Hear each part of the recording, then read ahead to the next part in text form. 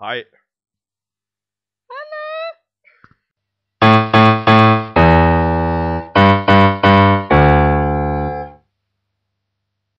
Torvald, vi må snakke.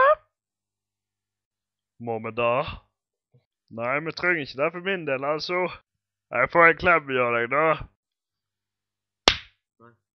Der fikk du, Torvald. Nå går jeg fra deg. Nei.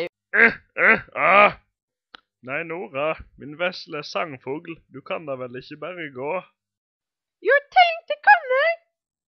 Ikke gå! Kom deg vekk, Torvald. Din jævla gris. Kvinnfolk, altså.